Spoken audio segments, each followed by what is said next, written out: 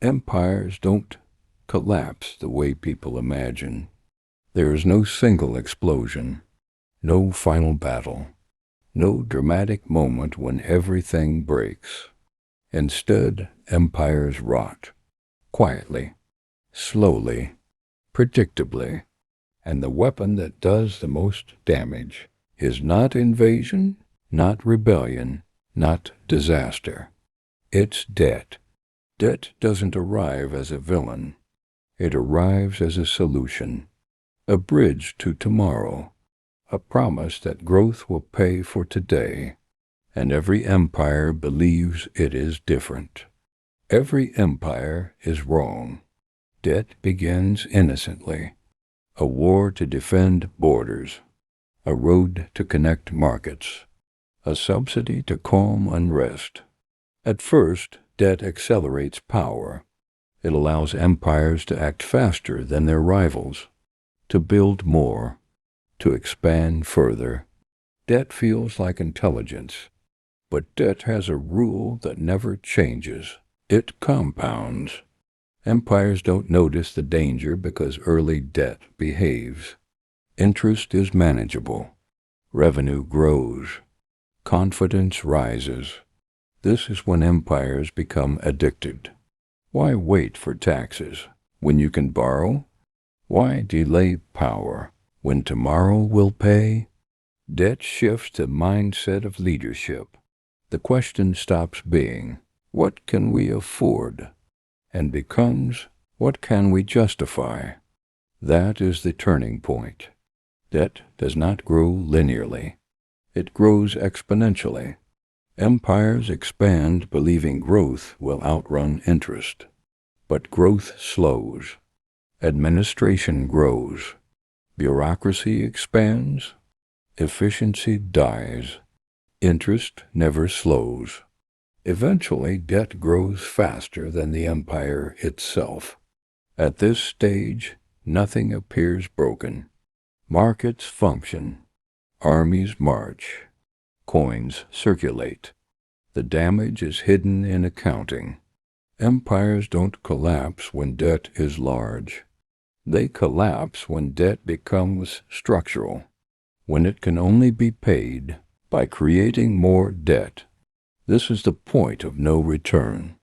Rome didn't fall because it ran out of money. It fell because its money stopped being honest. As expenses exploded, Rome faced a choice: raise taxes or manipulate currency. They chose manipulation. Silver coins were quietly debased. Less silver. Same face. Same value officially. Inflation followed. Prices rose. Trust eroded. Soldiers demanded higher pay, which forced more debasement. Rome entered a feedback loop. Debt gives debasement, gives inflation, gives unrest, gives more debt. Rome didn't notice collapse. It lived inside it. By the time people realized money was broken, the empire already was. Here is the most dangerous illusion. Wealth delays consequences. Spain drowned in New World silver. The Ottomans controlled trade routes. Britain ruled global finance. All were rich, and all still collapsed. Wealth masks inefficiency. It funds comfort instead of reform. Rich empires don't feel pressure. They feel entitlement. Debt grows fastest in wealthy empires because confidence is highest. Collapse begins when money stops disciplining behavior. When debt becomes unpayable, history offers only three outcomes: default, inflation, collapse. Default is honest and violent. Inflation is deceptive and cruel. Collapse is what happens when both fail. Empires almost always choose inflation because it delays pain. But inflation is a hidden tax. It destroys savers, punishes workers, rewards asset holders. It transfers wealth upward quietly until confidence breaks. And when confidence breaks, money dies instantly. Today's empires are no different. Debt levels are higher than ever. Interest rates are rising. Growth is slowing. The math is tightening. Printing money doesn't create wealth. It reallocates it. Every promise made with debt is a claim on the future. Eventually, the future refuses to pay. The danger today isn't collapse. It's complacency. Empires don't act when warned. They act when forced. And by then, it's too late. Debt destroys empires because it changes incentives. Short-term rewards beat long-term stability. Political survival beats economic truth. Leaders borrow time instead of fixing systems.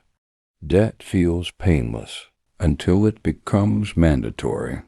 History doesn't punish borrowing. It punishes never stopping. Empires don't fall when debt is created. They fall when debt becomes normal. When promises replace productivity. When printing replaces discipline.